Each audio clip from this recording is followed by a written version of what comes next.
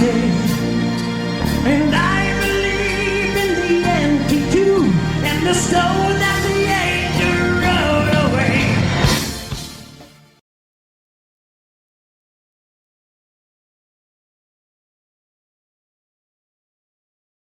Hello and welcome once again. This is Eddie Huff. This is Fresh Black Coffee. I've got my colleagues David Van Rizicum and Julian DeLeon running the board for us and keeping us straight. As I look over into the camera that David has set up, I just saw that. Hey, everyone. Excuse me. I do have to tell you, Dave, last week I was telling you about I had this deathly cold, or I was sick, but I was lying. Well, I was halfway lying. I did have a cold and still am suffering somewhat from it. Fortunately, I have not lost my voice. There you go. That's the good thing. Only a part of the voice. So in any event, the song that we play every week, in case anyone wants to know, it's called Creed. And the reason I haven't played it the last couple of weeks is because we had in post-editing, there was a problem with it. When we try to raise the level of our voices, the soundtrack distorts, so I haven't been using it. So hopefully this week, if you don't hear it, it's because the problem is still there and we're going to have to figure it out. But hopefully we won't have to do that this week, okay? But I did want to say about Creed, it explains, the reason I use that is because to remove all doubt about what I believe. Absolutely. What you believe. Yep. Now, Julian, I think he still has to grow into that belief, but it's okay. He's 14 years old, and so we'll give him time. I was 21, almost 22 before I accepted that belief. And for those of you out there, if you don't believe yet, it's okay. It's okay. Just ask God to show you the truth, and one day He will reveal it. That's what happened in my case. And in Julian's defense, growing up Catholic myself, we started out confirmation was about 6th grade, and they eventually moved it up to 9th or 10th grade. So, that's okay.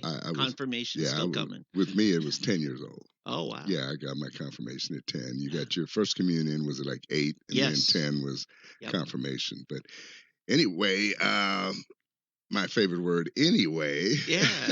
I'm trying to work on that. Well, you need to put a new buzz track in every time I say anyway or so, or it goes, It means moving on. Yeah, moving on. Yeah. Let's move on.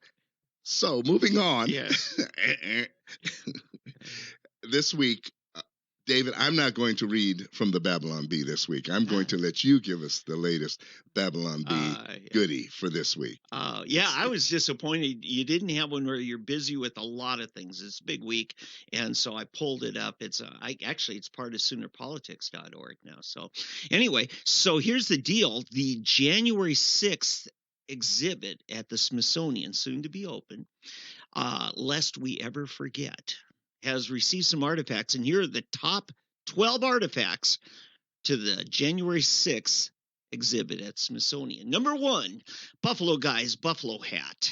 This will be displayed in full wax replica of a buffalo guy and diorama of the natural habitat grazing out on the plains.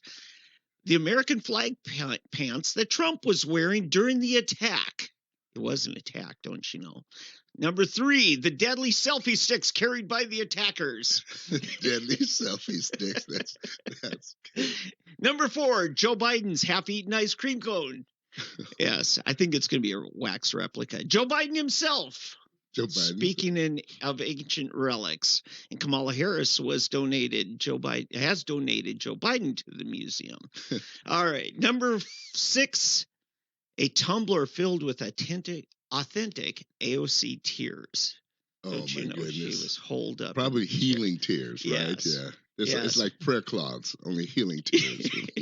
Yes, and knitting Mima's reading glasses. Future generation get chills down their spine as they view these, the spectacles of a killer.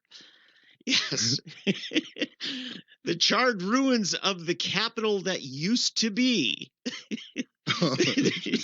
Yes.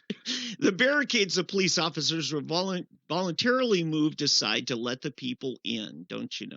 We're not supposed to know about that. Yes, and let's see, the last couple of them, the 155 millimeter arterial shell that blew up and killed AOC, and Trump's authentic Lego models of the Capitol, White House, and Pentagon. So those are the Babylon Bees. Report on the artifacts going to Smithsonian January 6th exhibit. Wow. Those guys, like I said, they push it. They push the envelope, don't they? I have a good one too. One, I'm not going to read the whole thing. Just the title says enough, and you'll appreciate this. To combat trans women dominance of women's sports, the Olympic Committee has added competitive childbirthing as an official sport. Competitive child. And as I put on it, beat that, you want to be women. Yes. Beat that. I'd like to see a trans woman do that one, enter that one. Because it's really sad, though. High school girls, college women. Yes. Trying to compete now with guys that are now women. Yes. That have not had an operation even. Yes. I just, I feel like a girl today. I wonder if I feel pretty. I feel pretty. So, yeah, go ahead. I wonder if the word women is going to be replaced by the International Athletic Committee to be referred to as birthing people. That's probably right down the. That's what our White House refers down the to pike. as. Yes. Oh, speaking of that. Yeah. The American flag. Yes. You saw it coming. I saw it coming. Several people, commentators saw it coming when they started destroying monuments. Yes. And the Confederate flag, right? Yeah, absolutely. And they say, we've got to get rid of the symbol of the Confederate flag, da. But as we know, it never ends there. No. That's not what this is about. This is just about unbridled anger and rage. They don't even know why. It's just rebellion, the spirit of rebellion. Yeah. It's actually a sinful, godless, demonic spirit of rebellion. Well, the latest thing now is replacing the American flag. Yep. It's not the rebel flag. It's not the Confederate flag. In fact, I never called it a Confederate flag. I used to have it on I used to wear it. You know what the Army field jacket looks like? Yeah. OD, olive drab, green, the olive green. Sure. Jackets, everybody, all soldiers used to wear. Think MASH, RO. Yeah, right, exactly. And they weren't camo. They were just a plain green. Well, my dad used to get them, and then he would give me the old ones. In fact, every Army brat had one of these. Sure. You wear the. And so I used to have one of those. But I had somebody on the back, they drew a big black power fist on the back. Yeah. But on the front, I had a rebel flag. Yeah. Which now considered the Confederate flag. No. It's not the rebel flag anymore. Yeah. It used to be, hippies used to wear the Confederate flag as a sign of protest. Yes. It was rebellion. It was a flag of rebelling against the establishment. It's called the rebel flag. Yeah, it is the rebel flag. Exactly. Yeah. So, and actually, if you look at it, it's not even the official flag of the Confederacy, because you probably have seen the actual official flags of the Confederacy, which are mostly white. But the rebel flag became this symbol, and so it had to be purged and erased from our memory. But we knew that those statues, because after Lee, which they finally did. You probably heard just yesterday, I heard on the news that they finally removed the statue of Robert E. Lee in Charlottesville, the one that created the big stir. They finally took it down. Yeah. Which is, to me, a tragedy. It's sad. Yes. But regardless, the statues were just the beginning. Yeah. It's just the beginning. They wanted those statues. Obama used to say, and his wife even more, Barack does not see the world as it is. He does not see America as it is, but he sees what it could be. Yep. In other words, we don't like what we see. We don't like the America that we have. We're going to destroy it and create a new one. That's exactly it. And that's what's happening. That's what they're trying to do. They're trying to reshape the entire nation, the entire concept of the United States of America. Yeah. But, and this gets to critical race theory as well, because if you know critical race theory has come from critical theory, which basically, I'll say devolved, not evolved, but devolved into just pure criticism. It's just being critical. It's a critical spirit. The Bible talks about a critical spirit. It will destroy you. Yes. Root of bitterness, critical spirit. Yep. You got to get rid of it. It'll destroy a church. It'll destroy a family. It'll destroy a city, a town, a nation. It'll destroy the world. Yes. And that's what we're seeing. Mhm. This critical spirit. Don't call it critical race theory, just call it a critical spirit, a demonic critical spirit, and it has to be constantly fed. We saw the greatest example is what? The French Revolution, right? Mhm. They started out going against the monarchy, Mhm. but after they got through with the monarchy, Marie Yes. Antoinette and others suffered the same fate. And the man who invented and put into use the guillotine was actually put to death on that same guillotine. Exactly. Okay. Right. Yeah. So that's what and what gets me is that people don't see this. The corporations, Mhm. Nike, Coca-Cola, you name them, Yeah. that are supporting all of this critical race theory and everything. Yeah. As I like to call him, the thoroughly modern General Milley. Yeah.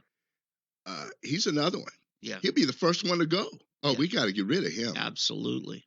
Yeah. So to fall prey to that is just ridiculous. But I did want to get back on this thing that the American flag has been now, not the Confederate flag, not the rebel flag. The American flag is seen as a symbol of oppression, of suffering, of everything bad. And that right there, ladies and gentlemen, is just really bad news. And that's where things are headed. Go ahead, Dave. I wanted to speak to the anecdote, the garlic, if you will, for against the vampires of critical theory. The anecdote is prayer. And I tell you why.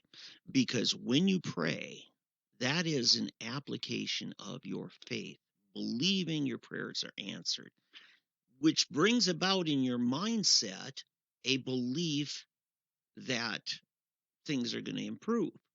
Well, to a critical theorist, they don't want to believe things are going to. They believe we've got to destroy. Right. And as soon as we're done destroying that, we're going to find something else to destroy. We're done destroying the Confederate flag. Now we're going after the American flag. You see, there's no end to it. No. And my friend Chuck Strom used to say this when we were fighting over education funding at State the state capitol. representative. Yeah. Chuck said, just simply ask them, what will be enough? What will you be happy with? They will never answer that question. It's because enough is just a little bit more. Yes. Always. That more. is exactly it. Yeah. So to my conservative friends, when you're up against a critical theorist, somebody's turned down, simply ask that question.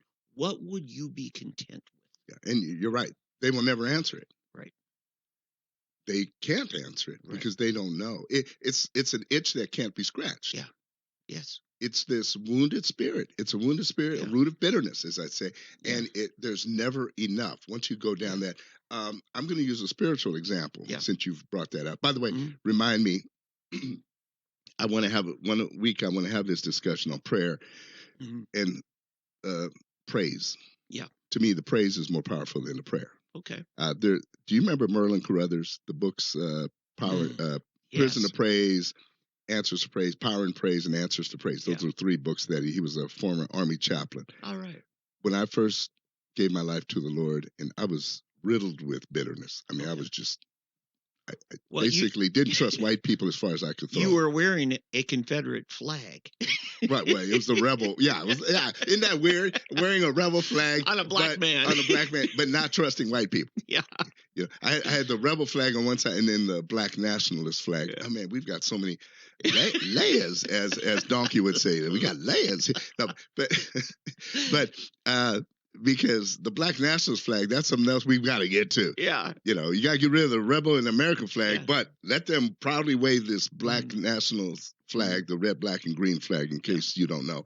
And let Vanessa Williams sing, instead of the national anthem, sing Lift Every Voice and Sing, which is the black national anthem. I don't know if you saw that on the New Year's thing. NBC got criticized heavily because instead of the national anthem or even, you know, whatever, she's singing the black national anthem, which is it's been known as, which is actually, it's a good song. It's just the symbol of it is just messed up. Yeah. But again, getting back to the original discussion of praise and the root of bitterness and prayer, and it is a spiritual thing. It is a spiritual battle. Yeah. And unfortunately, churches are fighting it in the wrong way. Yep. They're fighting it in the wrong way in 2 ways. One, by trying to resist with physical power, or the physical weapons, and secondly, those who want to appease. Oh yeah, That's the one. That's even worse. That's These dangerous. pastors that well, we just have to be loving and we have to love these people into the kingdom, and if we accept this and start accepting critical race theory and appeasing all of these, like I've said, my church, we have this one guy. He's always wearing these.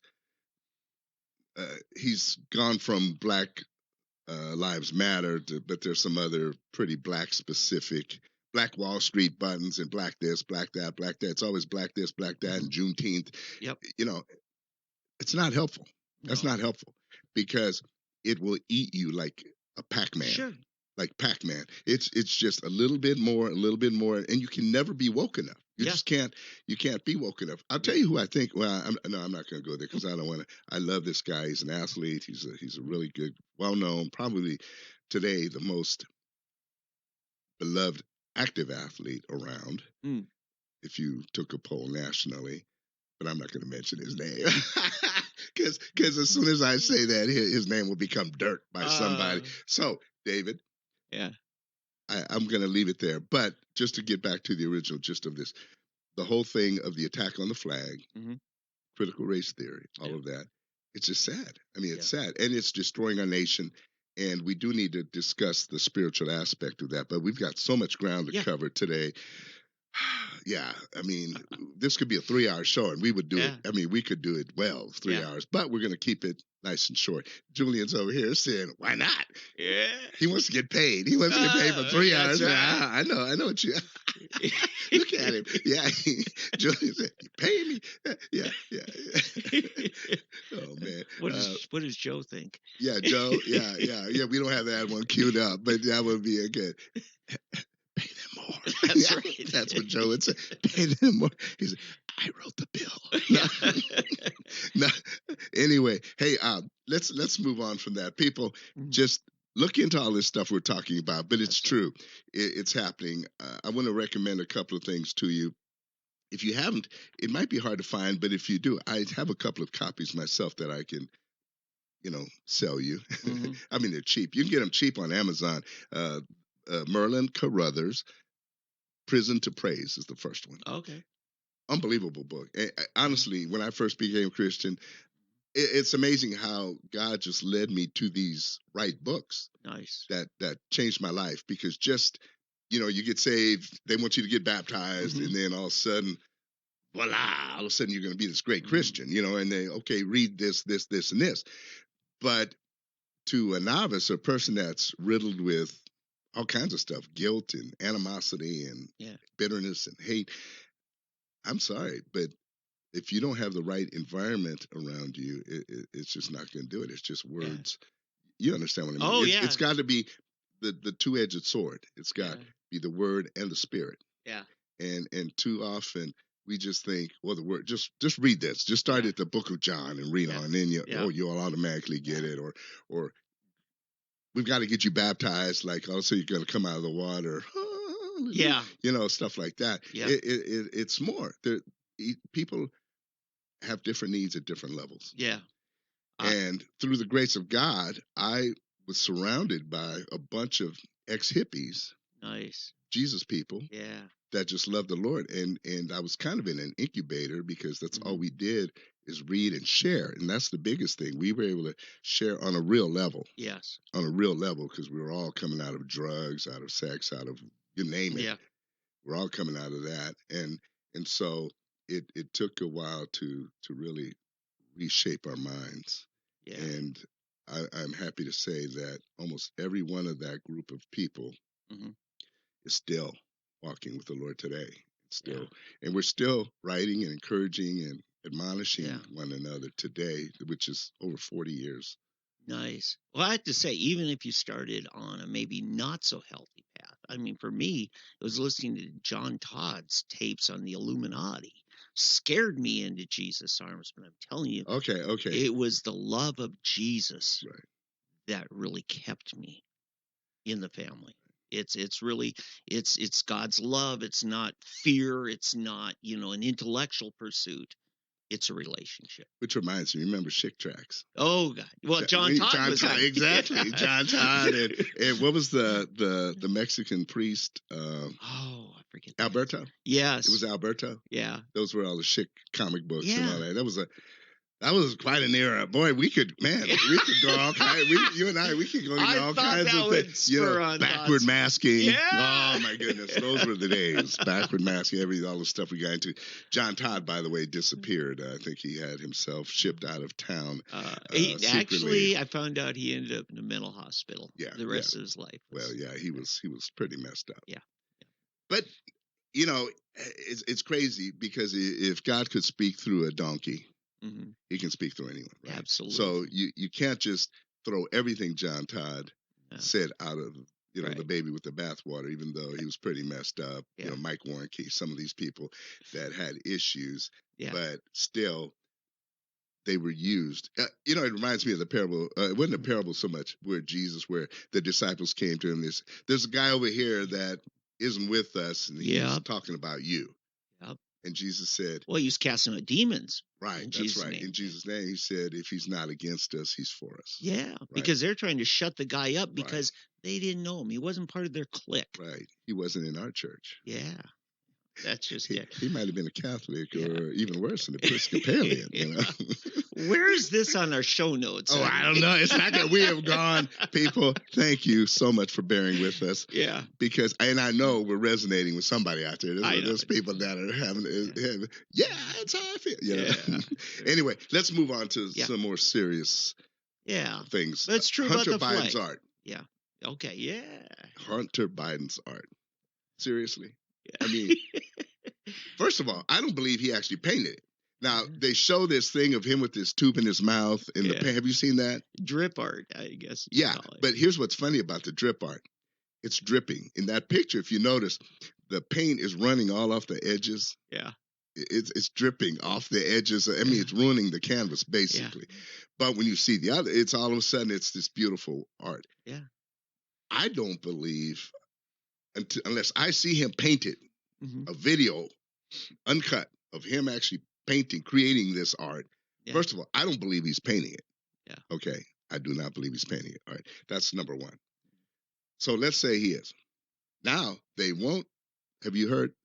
They won't reveal who's buying these things at $500,000. No, they wouldn't.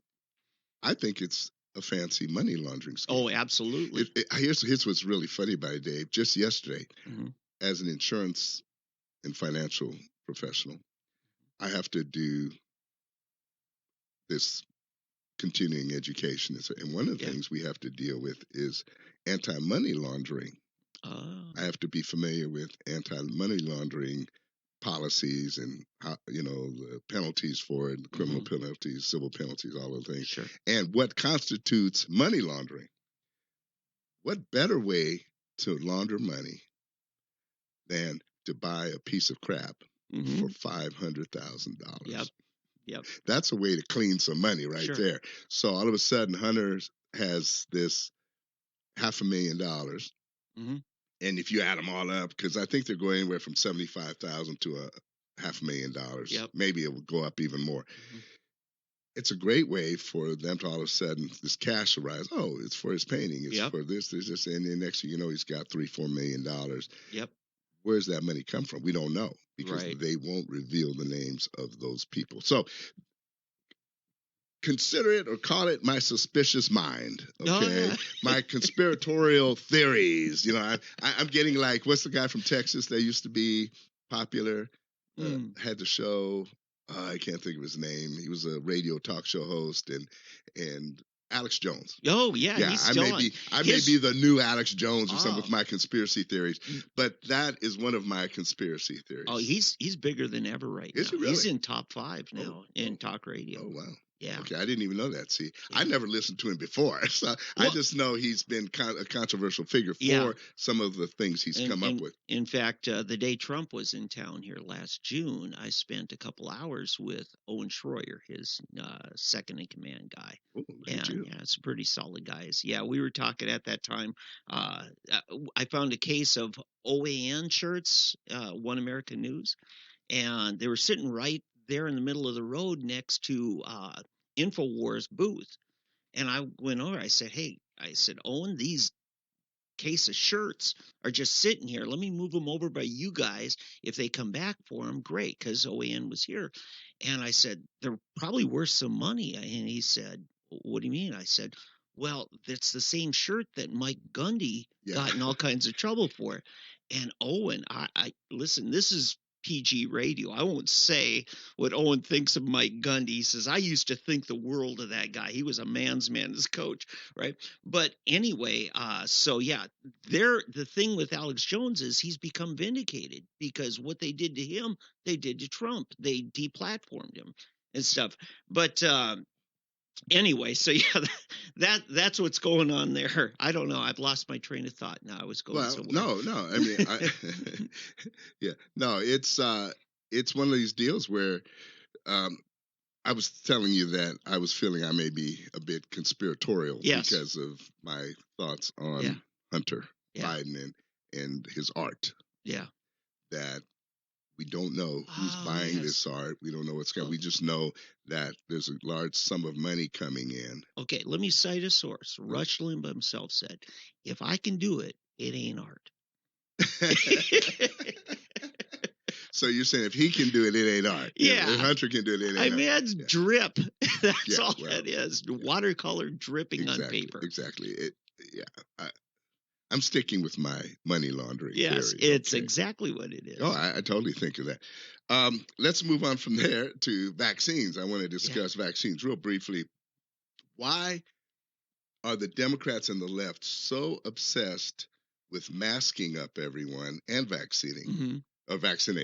Right. It's crazy because even after you're vaccinated, they still want you to wear the masks. Yes. They still want you to social distance. I mean, it's insane. I mean, some of the stuff is ridiculous. My daughter lives in California, and they're still wanting the kids to come back to school, but they've got to be masked, and they want them vaccinated. Right. And I'm thinking, it's got to be over control. It's got to be. I mean, there's no other explanation for why you would want these kids to be vaccinated and masked if the incidence of child infection is so low.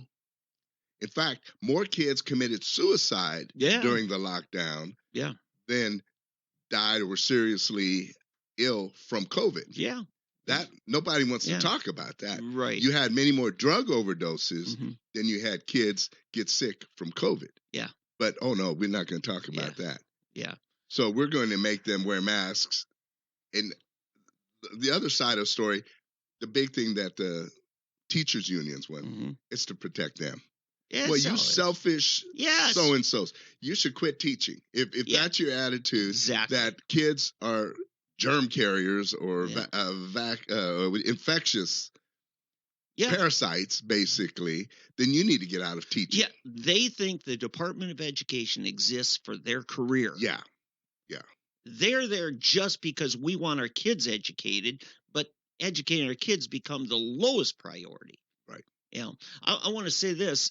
I heard this morning, I forgot to make mental note of which state it is. They said, if they've got a vaccine card, we won't make them use a mask. But if they haven't got a card on file with us, they'll have to go the whole school year with the mask. You talk about stigma. Those are the kids that are going to say, I'm out of here. I'm either finding a private school or I'm homeschooling.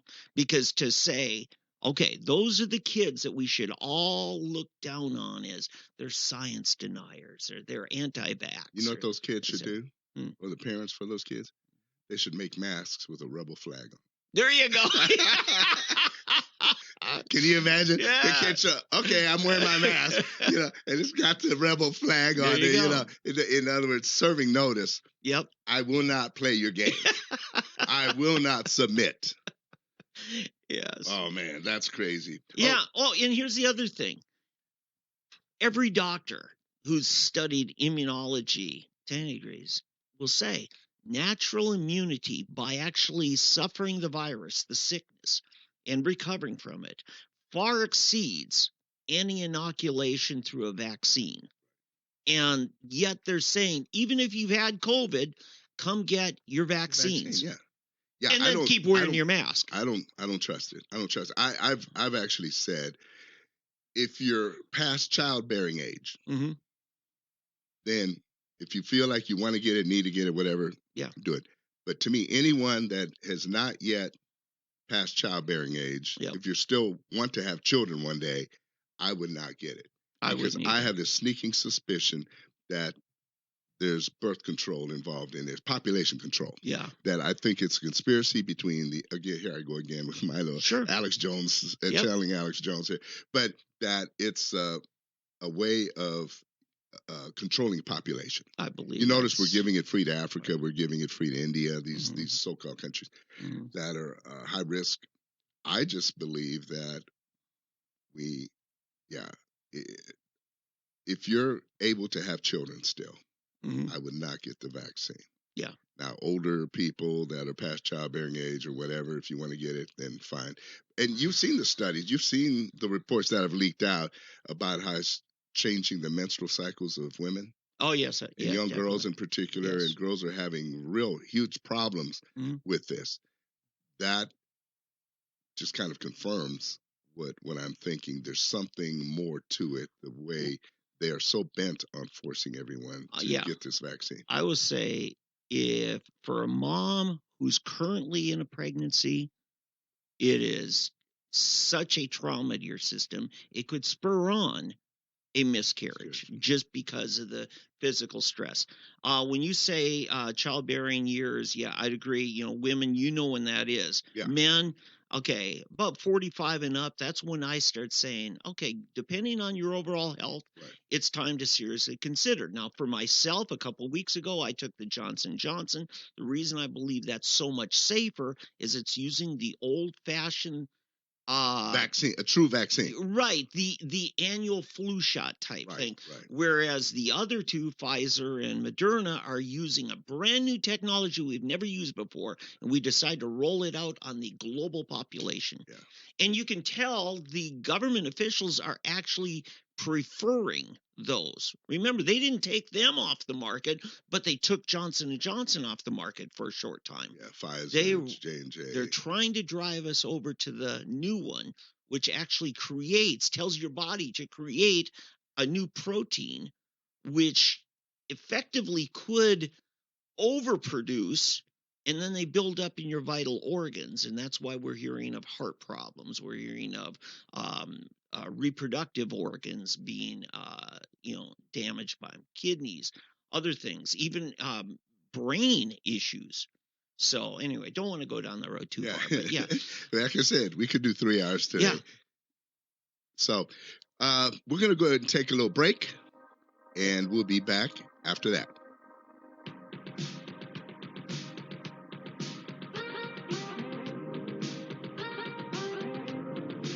Hi, this is Eddie again. I wanted to talk to you real briefly about these commercials you're seeing with Joe Namath and others about your Medicare entitlement, the things you're entitled to. The latest one is Jimmy J.J. Walker.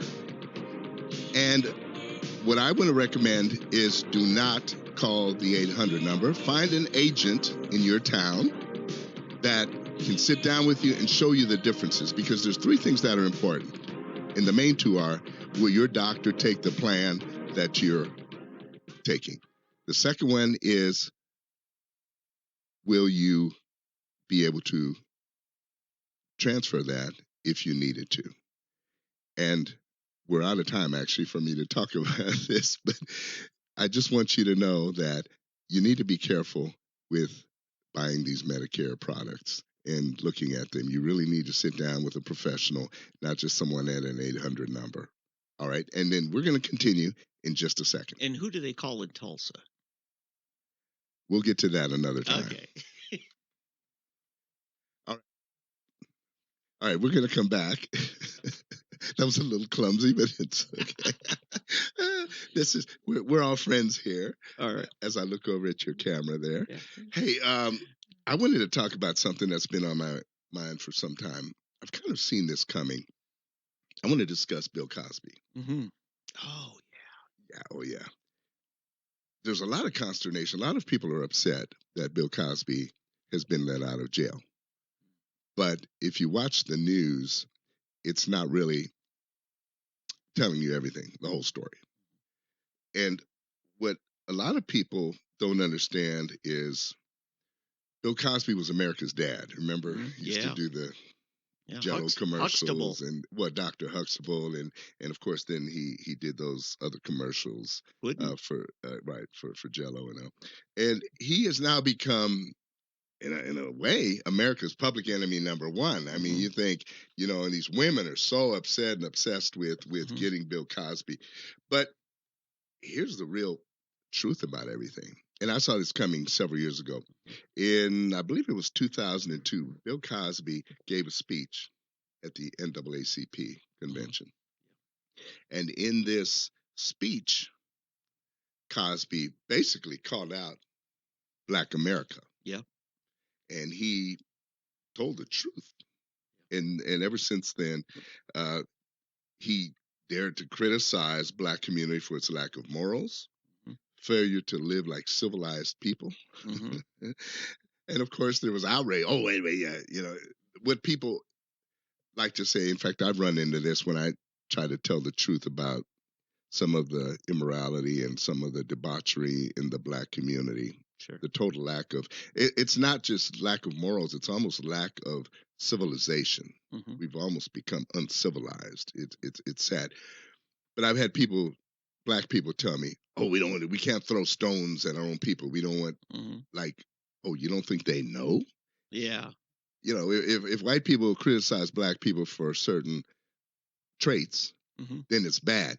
And so we want to keep it a secret but to me, that's actually admitting that what's being said about you is true. Yeah. Instead of facing it head on and saying, no, this is not us and it needs to change. So anyway, he was immediately attacked after his speech to the NAACP. Yep. And in that speech, like I said, he basically called out the Black community for its immorality, for its lawlessness, for its lack of respect. I have this the whole speech. If you want to get to it, go to AmericanRhetoric.com, and look up the Bill Cosby NAACP speech. I think it was in 2002. But Bill really nailed it. But I want to get to the deeper issue here. Oh, man, probably about 15 years ago, there was this biography of Hugh Hefner or something on about the Playboy Club or something. I can't remember what it was. And somebody was doing this thing. And they talked about the history of the Playboy Club in the Playboy empire at that time. And they had, do you remember the Rat Pack? Oh, yeah. Frank Sinatra. Sammy. Joey Bishop, all of those guys. Dean Martin. Right, Dean Martin. They were all in Las Vegas. Yep. That was their big hang, and they acted like frat boys. Yep. To disparage frat boys. Yeah. I am a frat boy, but or was. Anyway, but this was kind of like a Rat Pack 2, a more modern. All of the stars of the mid-'60s, Robert Vaughn was Napoleon Solo, wasn't he? Yeah, Robert Vaughn, Napoleon Solo, Robert Vaughn, I think, was Man from U.N.C.L.E. with Bill Cosby. Oh, yes. No, I'm sorry. Wait a minute. I'm getting them all confused. There was a Man from U.N.C.L.E. Yeah, let me just use the Man from U.N.C.L.E., I Spy, and there were a couple of other shows like that that were very popular in the mid to late 60s. Yep.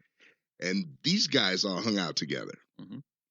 And James Coburn was another one. That's right. Oh, yes. All of these Flint, remember some of those. But these guys all used to hang out at the Playboy Club. And I remember this one episode or one segment of this show where they were talking about this thing called the Grotto. It was the Grotto at the Playboy Club. And the Grotto, I guess, I don't even know what a grotto is, but I think it's like waterfalls. It's like... I think it's an underground swimming pool at the Playboy Mansion in L.A. area. Really? Yes. How would you know that? I've read. You read, yeah. I read up. Oh, you read, okay. So I don't even know what a grotto. I just pictured some Actually, Mary jungle Fallon got engaged to her first husband at the Playboy Mansion.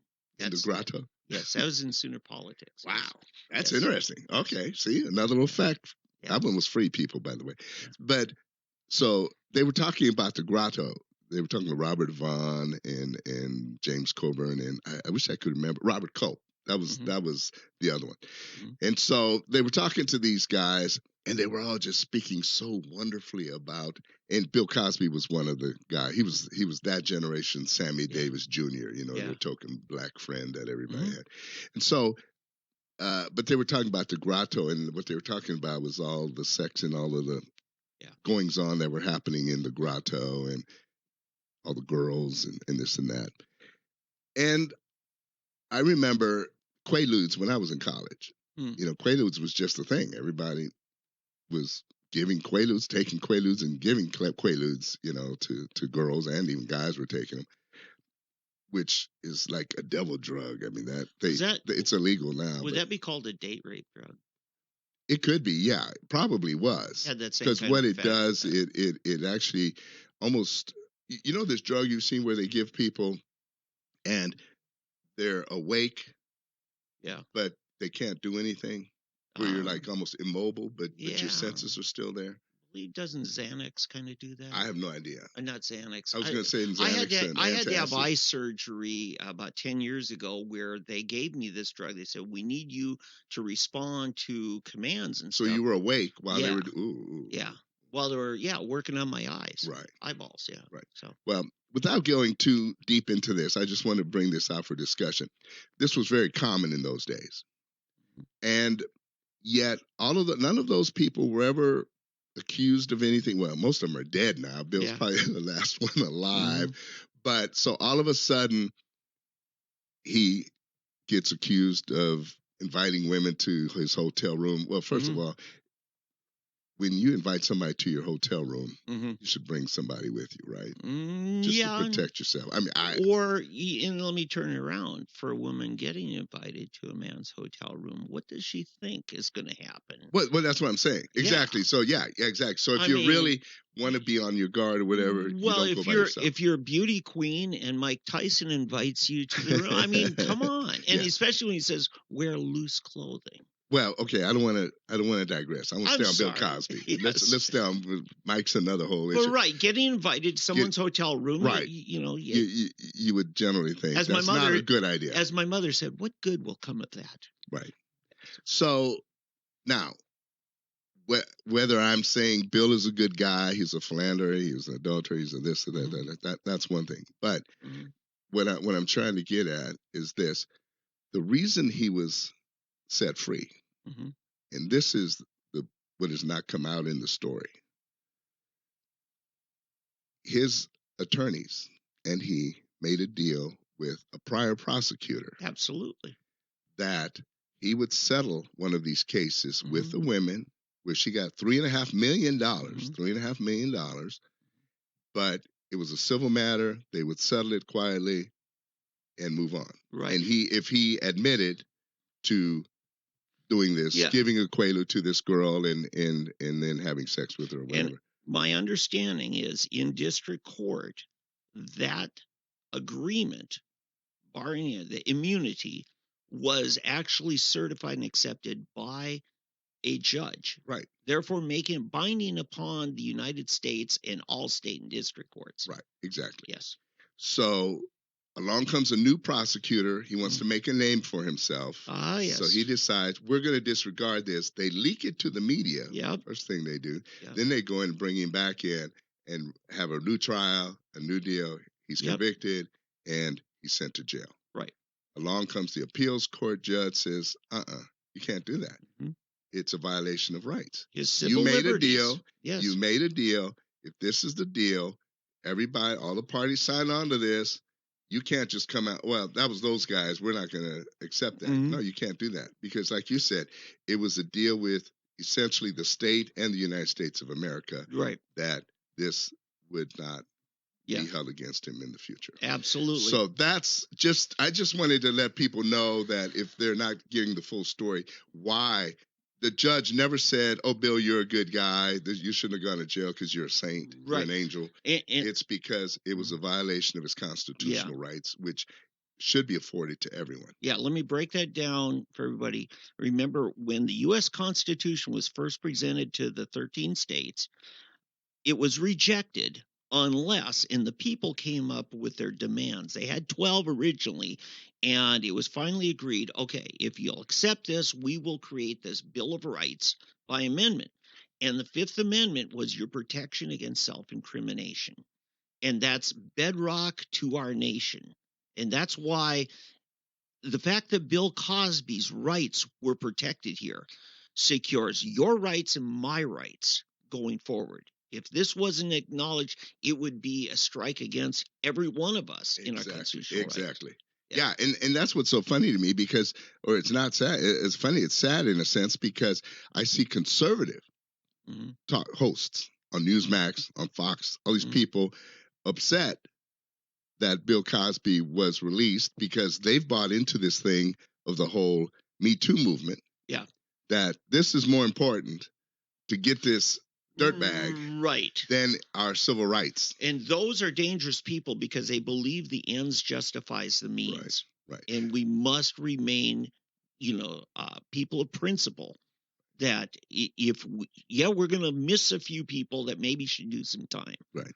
But it's more important, and our founders believe it's better to let a couple people go than to see a whole bunch more people wrongly persecuted. As we do in China, Russia, all of those countries that we try to be different from. Right. So anyway, I just wanted everyone out there to get an idea of what really happened, what really went on there, to not just judge this on the surface like so many have. Right. And it's so funny to watch the faces because you had lawyer after lawyer after lawyer come on these programs explaining what really happened and why Bill was let go. And you could see these conservative talk show hosts and hostesses just, you could see that they didn't like what they were hearing. Right. Well, I'm sorry. I mean, I don't like a lot of things that I hear.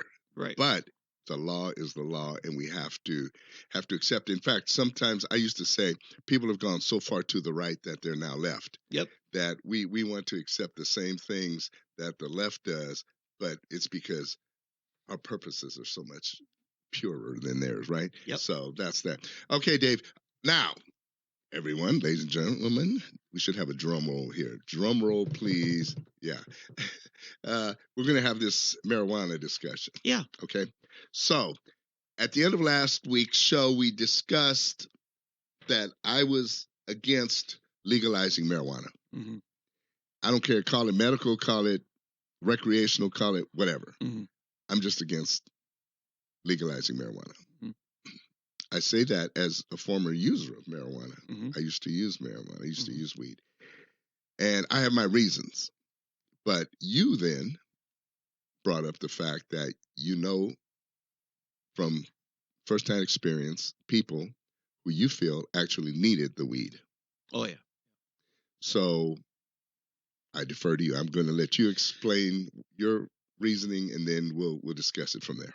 Right. There are people that, for therapeutic reasons, are benefiting from it. And then there's also the casual user. And separate from that, there's the recreational user, the thrill-seeking person. But yes, for therapeutic reasons, I kind of break it down into four main groups. There are people who take it for pain. It is one of the options to opioids that is actually helping people get off their opioid addiction, especially for nerve pain. And then there's... Wait, let me stop you there. Marijuana is not an opioid? No, not at all. Okay. No, opioids come from the poppy, plant. Heroin, fentanyl. Fentanyl is actually a synthetic opioid and far, far more dangerous. So then there's those people that need it for anxiety issues, people with PTSD, people with panic attacks, generalized anxiety, number of things like that. There's people who take it for nausea issues, especially nausea associated with chemotherapy. A lot of cancer sufferers are taking it. And it's not just that, but it does calm nausea big time. And then there's, especially with kids, people with seizure disorder. Doesn't work for all of them, but for some kids, they're able to resume not only a more normal life, but actually continued brain development in toddlers because the seizures was interrupting their normal brain development their motor skills, thinking, reasoning, and stuff. Along with that is people with Parkinson's, part of the same thing in the shakes, because for some, not all, but for some people, marijuana actually gets rid of the shakes. And that's why we were talking about should there be some breathalyzer test, for people driving and stuff like that. The problem with that is some people with Parkinson's, the only way they can drive safely is if they have THC in their system. It's not a big group. But anyway, those are the 4 groups: pain, anxiety, nausea, seizure. So those are your therapeutic patients, consumers. Okay. Now, my question is, why did we have to essentially legalize marijuana to take care of those patients? Federal government. Because the federal government has this strong ban that the only way a doctor or pharmacist could get around it is they couldn't prescribe it. They had to recommend it.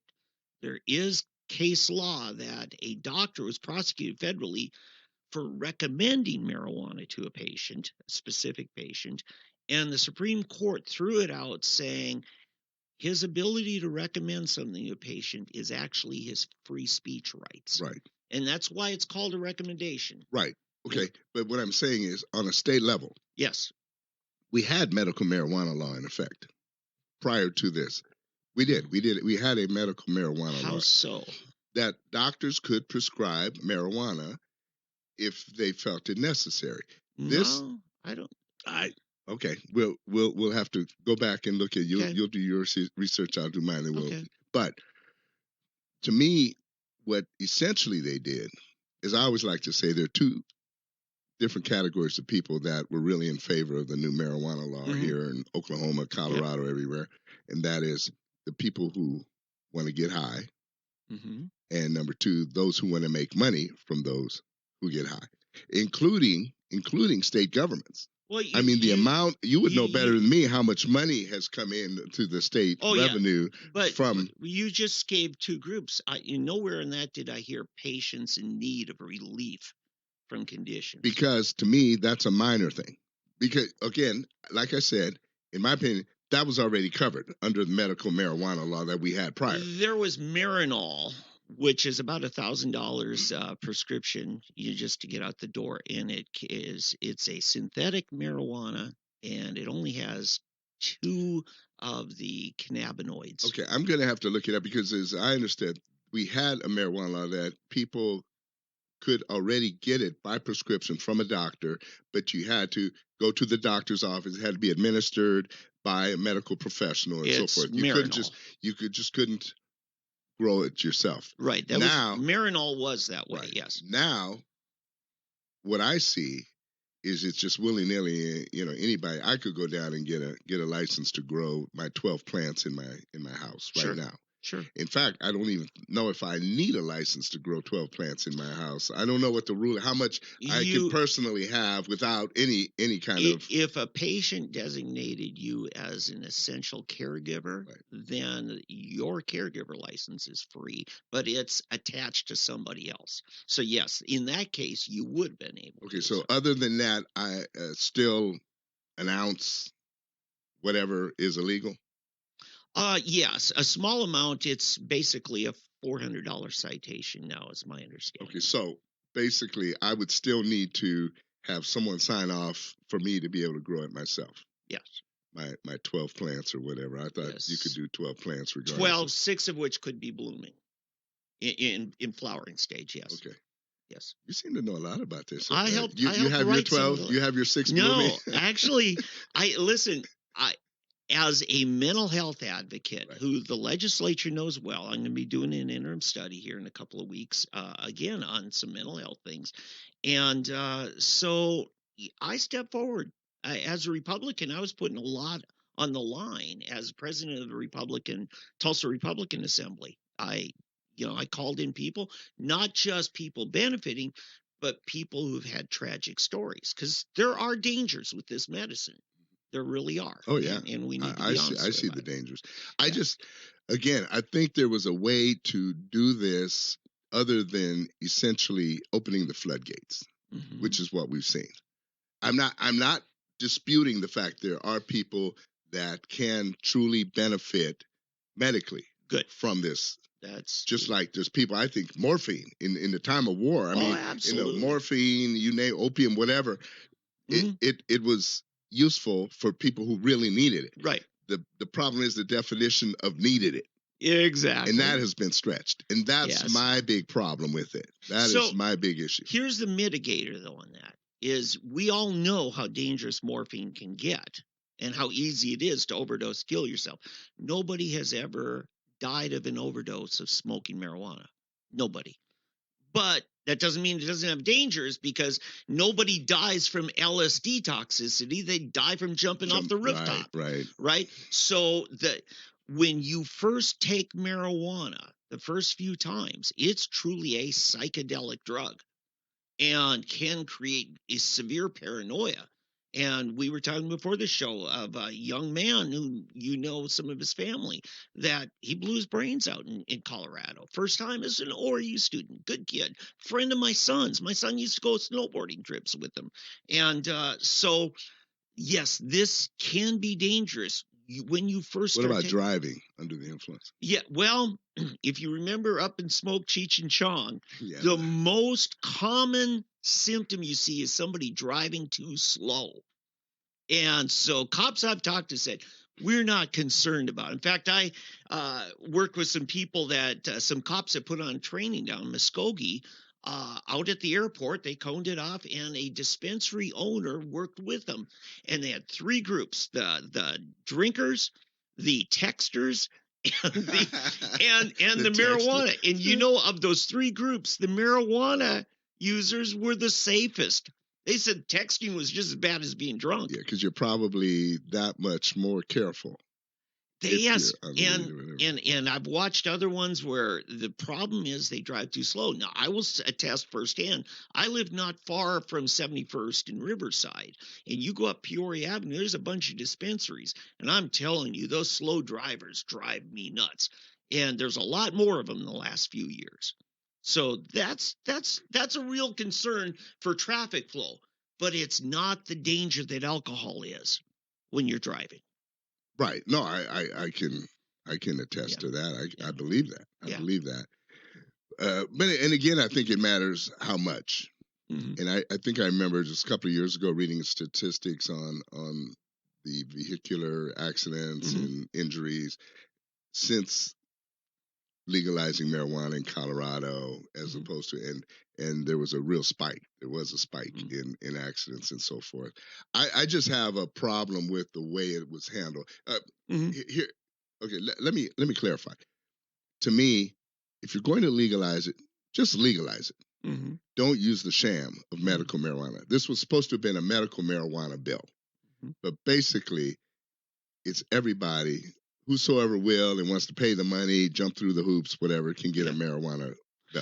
I remember I was out at Venice Beach in Los Angeles. Yes, I've been there. And there was basically a head shop. Yeah. They call it a clinic, but it was a head shop. And, if I went in, and I suffer from migraines. Mm-hmm. I could have gone and said, I've got these migraine headaches. Sure. Can you help me out? They could prescribe me, have a guy, right? Oh, yeah, you need marijuana. And, I get my weed and I'm gone and I go get high. I didn't have to prove anything. I have headaches. Yes. I've got some stiffness in my elbow. My back's not like it used to be, whatever. So to me, it's just people just didn't do their job.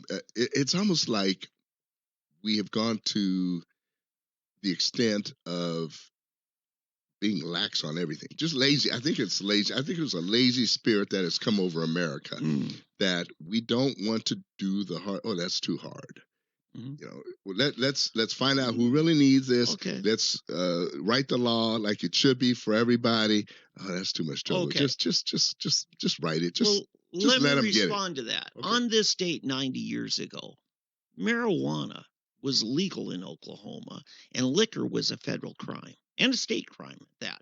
So it's all arbitrary. I mean, what becomes acceptable and taboo? I believe a lot of this was part of our culture war in the 60s and 70s, because as you know, in the late 60s, marijuana usage amongst the hippie generation was really big. And I think it was part of that reaction. It's, boy, get a haircut, get rid of that tie-dye stuff, and have a beer with me instead of smoking your joint. That's what I really believe was part of our attitude against marijuana. Yeah, I don't know. I- For example, I lived in Europe, Okay. in Holland, Germany. I've Yeah. been to Spain. And their liquor laws are different from ours. Yes, they are. If we go to a restaurant, I can have a 5-year-old kid. You know, Yes. if I want him to drink my beer, boom, he can drink his beer. Yes. You know, whatever. But the attitude is different. It is. They don't drink to get drunk. Right. Like, what do you hear when you hear, so I'm going to get so drunk, I'm not going to remember anything? Yes. Well, that's ridiculous. Why That's- would you, how is that fun if you don't remember No. what you did, right? That's what I call the recreational, the one trying to get a thrill. Right. Okay. So, yeah, the casual user is different from the recreational user. The person who just wants to unwind in the evening, they're not looking. Eddie, you told me a couple weeks ago you got stopped by a cop in Owasso. Right. You stopped to get a dinner. You had a beer. Right. One beer. Right.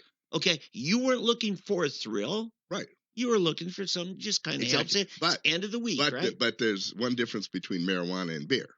Mm-hmm. I don't smoke marijuana casually. I smoke marijuana because I want to get high. There's That's only one you. that's the only. So you're telling me, other than, like you said, the medicinal, you're telling me that there's people that want to casually smoke a joint without getting high. Can you smoke a joint without getting high? Well, first of all, you don't. When you first begin, marijuana really shocks your system. I would call it, in the early stages of consumption, it is a psychedelic drug. It's that powerful, or at least you should treat it as such. As you smoke it more, you don't get the rush you used to get. You don't get the thrill you used to get. So what happens? Well, your body becomes accustomed to it. Right. So what do? You smoke more. Depends what you want to do. If you're looking for the thrill, then yes, you're right. Okay. But why would somebody sit there and smoke that and go through the trouble without getting high? I ran into a fella that I used to attend church with regularly, and he had lost 40 pounds. He had severe health issues, joint issues, inflammation, swelling. And I see this guy at a family event. I said, "Man, you look better. What you?" He says, "I got my marijuana card." Okay. You know what you just did? What? You just jumped back to another issue. No, I'm not. I'm answering your question. No, you jumped back to the medical issue. No. Listen, no, I'm not. I'm not. All right. And I said, "Tell me what's happening." He said, "I got my marijuana card." I said, "How did that help your condition?" He said, "The biggest thing it did was allow me to get a good night's sleep." He says, "It's amazing how much you gain weight when you don't get enough sleep," and all of his other joint inflammation issues. He said, "I really believe what this is doing is I'm using it as a sleep aid. Not much different from a guy takes a shot of brandy before bedtime. Feels like he's going to sleep better." Is that therapeutic? Yes, it is. Is it casual? You could make that case. It's part of the guy's daily routine. I don't have a problem with that as long as he, number one, isn't exploiting kids, and two, isn't endangering public safety. Beyond that, it's his choice. Right. But nevertheless, what I'm saying is he still takes it so he can sleep. Yes. He's not just because I like the taste of a beer. It doesn't affect me one way or another. Now, if we were talking vodka, that'd be a different animal. Okay, beer to a German and Scandinavian is like coffee to a Dutch or Belgian person. So that's the point I'm trying to make. There's only one reason that you would drink or smoke versus the drinking. There are people who drink just to be sociable. You can have a glass of wine or a beer and it doesn't affect them cognitively. Whereas when you smoke a joint, like you said, the first time it's going to get you off. But usually, I don't know of anybody that's going to just smoke a joint if it's not going to give them a buzz or get them high. Well, again, a lot of people are taking, and I call this therapeutic because it's a sleep aid. Okay, or any of these things for which I've mentioned, anxiety, pain medication. Listen, my dad was on benzodiazepine tranquilizers my entire childhood. He was a PTSD sufferer from the Korean War. He was addicted to tranquilizers that the VA had put him on and was paying for. I wish my dad had this option. Here's why. When you're going through a panic attack, and many veterans will understand this, if not themselves, some of their Army buddies or military buddies, is that you have to take those benzos as a regular preventative drug all day long. My dad went to one of my sporting events in high school, one, because as soon as he came home from work, he had to take a tranquilizer, and he couldn't hardly do anything. I love my dad. He's a good dad, but he was limited because of it. If I talked to one young Navy officer here, I had him come speak to a bunch of mental health professionals, and he said, I quit all of these, the 900 pills a month that the VA had me on, and he showed us all this whole bag, and he pulled out a little vaporizer, and he said, this has 1 gram of THC. This thing lasts me a month. He says, it costs me $50. I pay for that. He said, the difference is, as soon as I feel an anxiety attack, a panic attack coming on, I take one breath of this, and it arrests it. Right. But Dave, yes, you've done it again. Okay. You're back to the medical therapeutic reason for having it. You're right. You're right. So I did. what I'm trying to, because we're going. Well, okay. Let me address here the alcohol versus marijuana. I'll tell you why. Alcohol addiction is real. If it's part of if it's part of your family history, there is no physiological addiction to marijuana. Right. I said physiological because there's some people with addictive personalities, and they have to be careful of anything and everything they do. Right. So that's one of the benefits of marijuana over alcohol is, especially if you have a family history or personal history of addiction. So you're saying just if I want to get high because I want to get high, it's better to do marijuana than alcohol.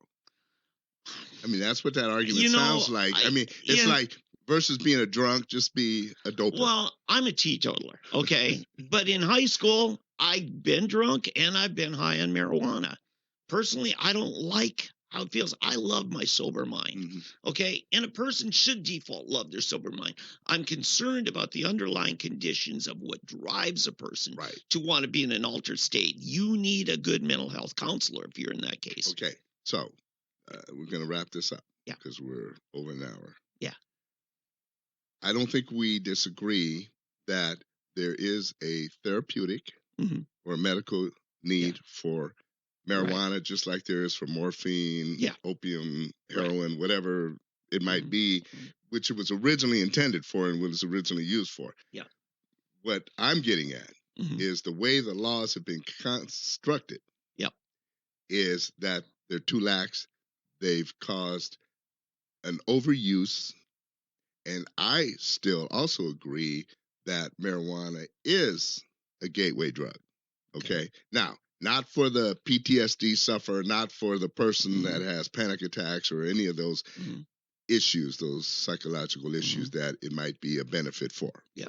But it is a gateway drug for those who just want a recreational drug, and we have made it too easy to become a recreational drug. Yep. If kids were having problems in getting their parents opioids, there's going to be a bigger problem getting a hold of their parents' weed. I think you're going to see that. And there's all kinds of, like we used to have people go into the liquor store and buy because they were over 20 when they buy it for the kids. Now you're going to have people buying the weed for the kids as well. Yeah. Plus, the marijuana we have today is different from what we had when you and I were teenagers or in college or whatever. It's a lot stronger. It's more powerful. There are medical professionals that say it is addictive, that it's very addictive. It's like cigarettes. It's like nicotine, only more addictive than nicotine. So I've seen those. I don't want to get into all that. Okay. I'm just saying I don't have a problem if we had truly made it a medical marijuana law and kept it at medical and made you jump through major hoops to get it. Okay. You had to go to a doctor, a special doctor to get it prescribed, had to go to the doctor, you had to go to a pharmacy behind the counter to get it. Now you just got these head shops, I like to call them, all over the place. Every corner now has a cannabis place, right? Okay. I mean, you can't, one thing, it's helped the real estate market, the commercial real estate market. Yeah. But it's just one of these deals that I get you. Okay. I do understand. There are people that I believe need it, just like there are people that need it. What is it? I don't know, any medicine, okay, or any kind of What's the one dentist used to give to everybody? Now they've limited. Now they've made it tougher to get that. What is?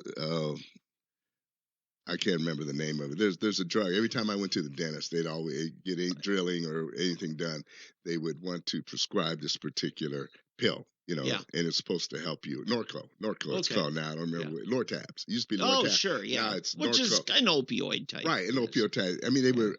Oh yeah, we give them 20 of those, 30 Right. of those. Blah, blah, blah, blah. Yep. I never took them. I mean, I just take Sure. Tylenol, and so I was piling up. I have these bottles of this stuff in my closet or something. Yes. But there are people out there that use them 5 at a time. 5 a Yes. day, and like you said, like marijuana probably need more and more and more. Yes. So, but they've made it stricter to get those. Yeah. But now we've loosened the restrictions on marijuana, and that's I don't think we should have done one at the expense of the other. Let me address, just to wrap up, if you're taking this for a real pain or it's any kind of therapeutic condition, God bless you, glad we got it for you. If you're taking it just as part of your routine, I mentioned sleep, there are some other things, okay, you're not endangering others.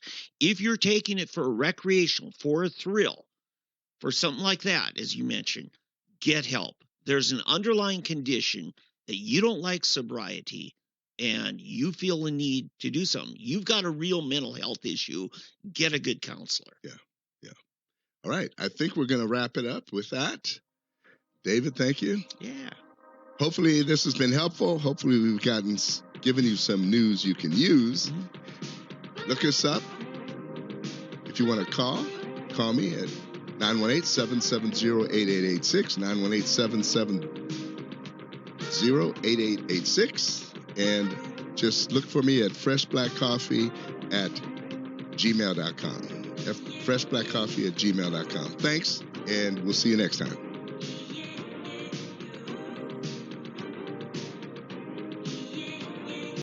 This is my freedom.